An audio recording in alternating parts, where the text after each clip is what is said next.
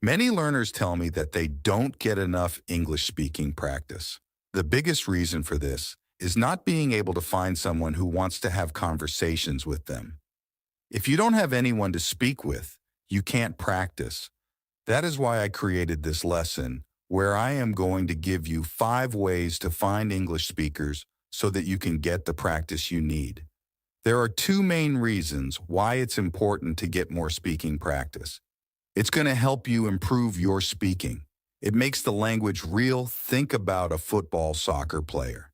If he never plays a game, he will never improve. He needs to play in order to get match experience and learn what works in a real situation. Additionally, if the player never actually played a game, what's the point of training? It's the same with learning English. If you never have a real conversation, you won't learn what it's like having a conversation, and you won't feel a strong connection to the language. Now that we know that it's important to practice, here are some ways in which you can find someone to talk to. Note: natural practice isn't the only way in which you can improve your speaking.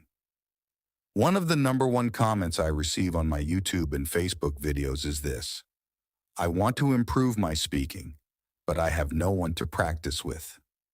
There are 3 options here: pay for lessons, join a language exchange site such as this one, make friends with English speakers, see here. But there is another way that you can improve your speaking. The method is simple but highly effective, and you can do this from anywhere in the world. I call this the LRRC method. To fluency method, LRRC. Improve your English in as little as 15 minutes per day from home. It works like this. You listen to an English phrase. You repeat the phrase. You record yourself saying the phrase. You compare the 2 versions and make changes. You repeat the phrase until you are comfortable with it. Simple, right? This is similar to shadowing. However, you pause the audio to repeat each phrase so that you can record your own version and compare it with the original. This helps improve accuracy in addition to fluency.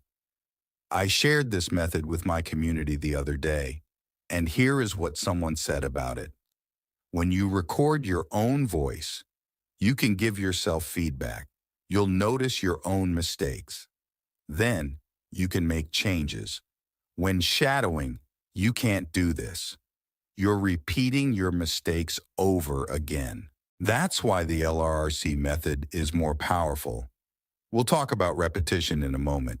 But first, here are the benefits of this method. Benefits of this method improve your pronunciation and fluency. You listen to the English sounds, intonation, rhythm, relaxed pronunciation, etc., and copy what you hear. By recording yourself and comparing the 2, you are able to listen to your own mistakes and make changes. Then, once you are happy with your pronunciation of a particular phrase, repeat it to build fluency. The next time you say this phrase in a conversation, it will just happen naturally. Learn grammar in a natural way.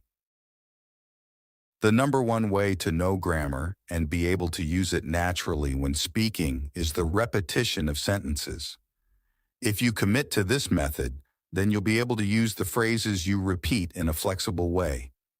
Learning the rules won't help you use grammar when speaking. You need to reach the stage where grammar feels right. Repetition will get you to this stage. Learn new words and know how to use them. Learning new words and sentences shows you how to use them in the right way and at the right time. Learning single words is one of the biggest mistakes I see learners make. The LRRC method means that you'll have a true understand of what new words and phrases mean. Listen to the phrase 2-3 times. Repeat it. Record your own voice. Play it back and compare it to the original. Do this now. Have you done it yet? Okay, good, if you've done it. Don't feel bad if you don't sound like the original version. This is good. It means that you've found a way to improve. Make the changes you need to make to sound more like the original. Record your voice again and make more changes. Keep doing this until you're happy with your version.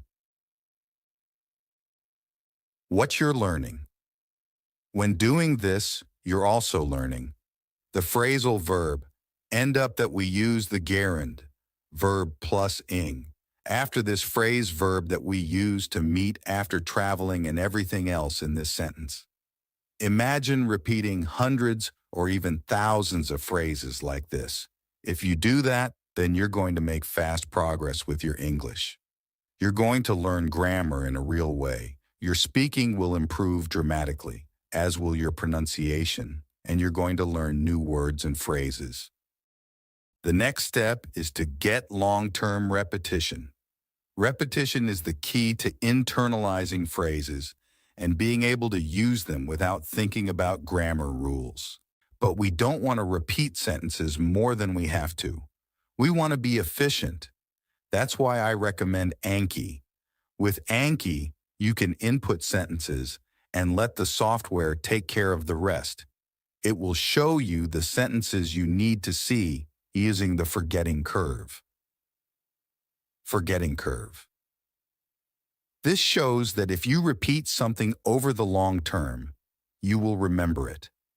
With sentences, this means that you'll be able to produce the sentence effortlessly without thinking about it. And if you do this with enough sentences in a flexible way, you're going to repeat the sentences 2-3 times on day 1, then again on day 2, day 4, day 8, etc. All you need is 15 minutes per day to internalize thousands of sentences over the next 6 to 12 months. At this stage, you might be thinking that this takes a lot of work. Well, I've made all this incredibly easy for you. Want audio, flashcards, the full method, a pronunciation course, and feedback? If so, join the 2 Fluency program. This unique course gives you everything you need to follow the 2 Fluency method. This includes phrases based on real English, with audio flashcards so you can get smart repetition, a pronunciation tutorial so you can speak more fluently and with more accuracy worksheets so that you learn new grammar and new vocabulary, speaking feedback so that you can improve your accuracy.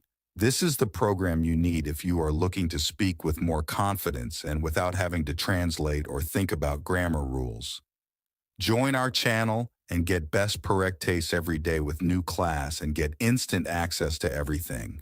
More specifically, you want to know how to learn English, how you can make fast progress to English fluency. Most learners are frustrated. They don't feel like they are achieving their English fluency goals. This is not a nice feeling. Therefore, I want to show you the best way to learn English. And I want to make it specific to you because everyone is different. We all have different strengths and weaknesses. We all need to learn English for our own reasons. Keep on reading and find out how to learn English so that you can speak with confidence. Knowing why you want to learn English is important for 2 reasons. It helps you focus on what you need to do specifically. It gives you the motivation to stay consistent. Meet Pablo and Sara.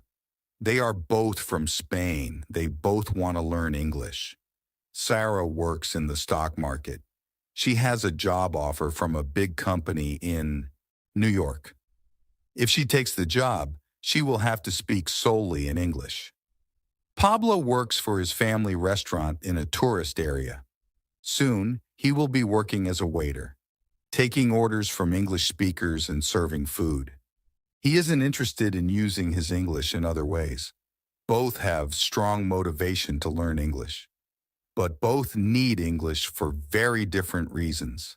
Sara needs to learn business English, and she also needs conversational English so that she can make friends in New York.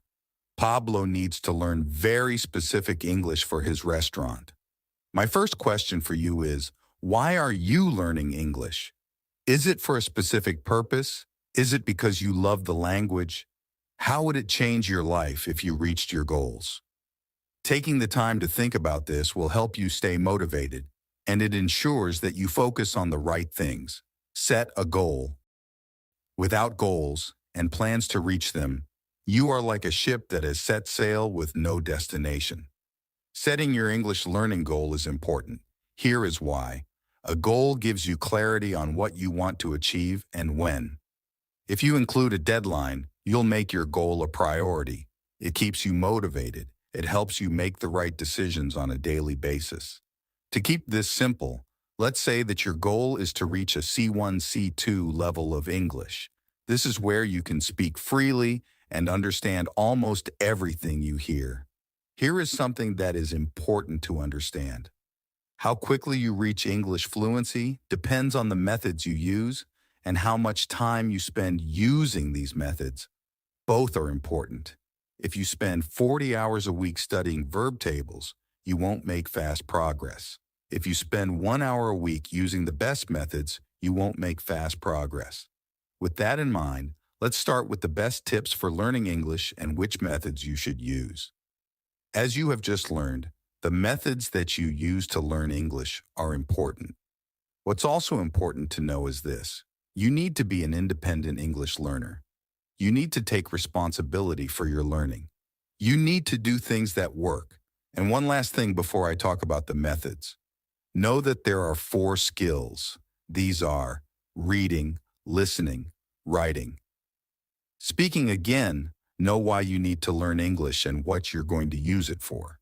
This will help you become more effective with your time. See you in next video, and I hope you will got the point and enjoy it. If you see a word for the first time, how can you work out its pronunciation? Here is a simple 5-step method. Imagine you're in a speaking exam. You have a text to read, and it's all about pharmaceuticals. You already know that this means drugs used in medicine, but you aren't sure how to pronounce this word. You will need to talk about it soon with the examiner. What do? Or imagine that you work as a hotel receptionist.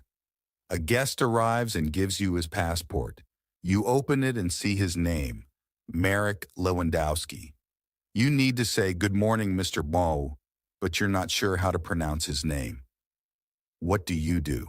In situations like these, you probably can't avoid saying those unfamiliar words. You may not be able to check them online either. So you need to have some way to work out the pronunciation. Here is a simple 5-step method. It can't guarantee that you will get the pronunciation fully accurate every time, but it will help you to get very close. Step 1. Find the vowels. Start by looking for vowels in the new words. Vowels are represented by the letters A, E, I, O, U, and Y. Pharmaceuticals, Marek Lewandowski. Step 2. Divide the word into syllables. A syllable is a group of letters making a sound together. For example, the word universe has 3 syllables, universe. Every syllable contains 1 vowel sound. So divide the word into syllables, with 1 vowel in each. As well as vowels, each syllable can have 1 or more consonants before and/or after the vowel. We can divide the hotel guest's name like this. Marek, 2 syllables. Lewandowski, 4 syllables. If you're not sure how to divide the word, for example, whether it should be Marek or Marek, just make your best guess. Sometimes 2 vowels combine to make a sound together, such as AI in rain and IE in believe. Don't divide these. So in the speaking exam, we can say pharmaceuticals, 5 syllables. The 2 vowels in U make 1 sound together. If you're not sure whether 2 vowels should be separated or divided, look to other words that you know for clues. If you know that the vowels U in Europe make 1 sound together, you can suppose the same thing in the 3rd syllable of pharmaceuticals. Also, be aware that many English words such as universe and believe have a silent E at the end. Since this E is silent, don't count it as a syllable. Step 3. Pronounce each syllable. Say the syllables one by one, pharmaceuticals. Even if you don't know how to say the whole word, you probably have some general knowledge of pronunciation that you can use. In the word pharmaceuticals, you may already know that PHH in English has a F sound and that the letter C can have a SS sound, often before the letter II or E, or a K sound. Also, if you know the word pharmacy, you already know how to say the first half of pharmaceuticals. Step 4. Work out where to put the stress. For words with more than one syllable, think about which syllable to stress. It's useful to consider any similar words that you know. If you already know how to say practical, historical, economical, or optical, the stress is marked in bold. You may realize that for words ending in ical, the stress normally falls on the syllable before ical, i.e., the third to last syllable in the word.